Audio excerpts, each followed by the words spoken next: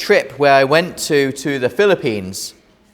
And normally I'm breaking tradition or the rules here, because this is the church mission report, which is where what the church sponsors, and then you normally report on it.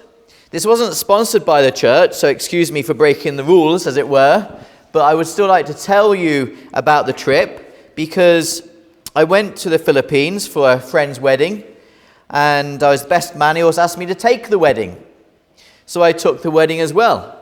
But as I was over there, I always like to be able to preach wherever I go, to be able to get the most value for the cost, etc. So I just want to tell you a little bit about the trip. It was really good, really exciting, but this is not a travel guide of traveling the world. It's got some specific points behind it. So I want to just bring up a few slides here. This is, I'll probably pronounce it incorrectly. I know some friends of the Philippines will be watching this, but this is either Quezon City and also in the distance Manila. It's basically one province or two provinces right next to each other. And if you can see here, the millions and millions of people which need to be reached. The Philippines is largely a Catholic country. It's also Muslims. However, there's a high number of Seventh-day Adventists. But I went over there to be able to see some friends. This is just a different view. As you can see here, in the Philippines, there's a big difference between the rich and the poor. You got those people who be driving around in cars, and then you got the extremely poor, and the children will be begging on the street as well. But here is a picture. This is the reason I went over there. My friend Brent and his wife Shane, and myself there. It was a very beautiful wedding.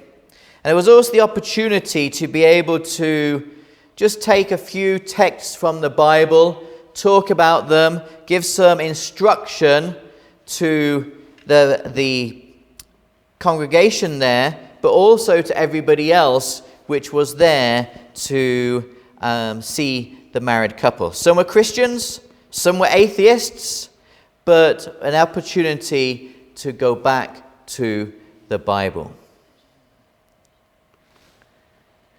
So I know what to come on to. So I was going over there, and I was asked, well, as I said before, I like to be able to preach when I go. So I contacted a ministry in America which does international work. And I said, do you know any church in America which would appreciate me coming to preach? So they linked me up with this church in Manila. And I went there to preach. And then I called the gentleman to make sure everything was sorted and okay Thursday evening. And he said to me, would you like to do the preaching for communion service Friday evening? Yes, of course. They would pick me up from where I was staying, take me to church, and I would do the communion service. So I was in the church and talking to the pastor, and the pastor says, can you cover these specific subjects? Last minute subject request for me actually doing the preaching. Fortunately, with the communion service, the service is quite short. But God helped me. I was able to find the text in the Bible, because you don't want my words, you want the biblical words. But I was talking about being put on the spot. But going on to this church here, this church is a testimony in itself. It's actually really quite a nice church. And you may think, this is a congregation in the Philippines. It's a church very similar to George Street Church, very similar in their beliefs, in their structure, etc. But this is one church of 12. There's other ones dotted around further afield in Manila and possibly on the outskirts as well. But the question comes to mind is, how did they afford that church? It's a big church, it's got nice tiled floors, it was built by some Korean Christians, but it was purchased for the use of Seventh-day Adventist believers. How? There's this one lady. She had health problems, and she made a deal with God. If there's somebody which is able to help me, I'll return that. So this one lady, which was a non-Adventist, actually purchased this church for this congregation. Praise God for that. God will certainly work miracles. One of the weird things was, when I've gone to countries like this before, I'm used to speaking with translation. They needed no translation. Actually, one of the pastors came to me because they were talking about printing the Sunday booklet for the Philippines, and I was saying, well, don't you need to translate it? They said no, because some areas of the Philippines actually prefer English compared to the actual Tagalog language. And that was an area called Cebu. This is what I'm just being told. Interesting, though. So I wanted to go on to the Sabbath day. So we got up in the morning, and we were collected on time by the local church. They took us, I allowed half an hour contingency, so we got to church too early for the time we were planning. But we got in there, we sat down on the pews, and I was a bit concerned, because they sat near the back, it was near the door, and people kept coming and going. And I was thinking, how are we going to be able to, and how's my friend going to be able to listen to the actual service? But I thank God, we're actually at the end of that service, before the actual divine service started, we actually moved to the very front row of the church.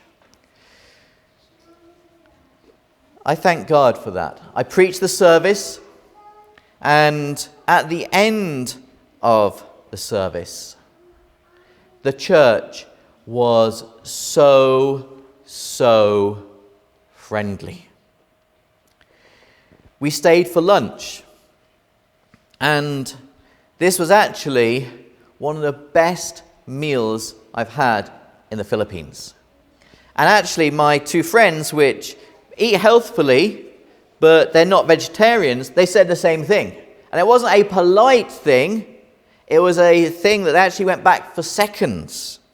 See, it's the little things in our churches. Are we friendly? Are we hospitable? And there's one little thing, those with children. This is something. It was commented on. There was a little boy there. He got his food. He waited. He was polite. It's the little things, isn't it? You know one thing when you travel the world? Adventism is like one big family. I traveled there thousands of miles here from my home. And it was so good to be in a Seventh Adventist church. But as I was in there, this one gentleman came up to me and says, "Do you remember me?" My memory's not so good. I met him 15 years ago or more when I was in a church in Southern California. And interestingly enough, the pastor of that church was preaching here at the end of this month. Small world. And then there was someone else which came, and he came up to me and says, "Do you know brother such and such from England?" I said, "Yes, I do." It's actually Nikki's husband. It certainly is a small world. I also met someone, a friend for Unique. I've already told her about this, but Unique is at college studying, I can't remember the exact title, what you're studying. What you're studying, Unique? You speak up? Garment technology. To you and I, that is making clothes. But garment technology. But I met while I was there a lady which makes her own clothes. Not just makes her own clothes, but owns a fashion label, if it were. She actually has made the clothes for the president's choir. So I'm linking these two up because it's good to be able to have a personal reference or link to somebody which is already doing this and making modest clothing because she's a Seventh-day Adventist. It was a blessed trip, and God certainly blessed.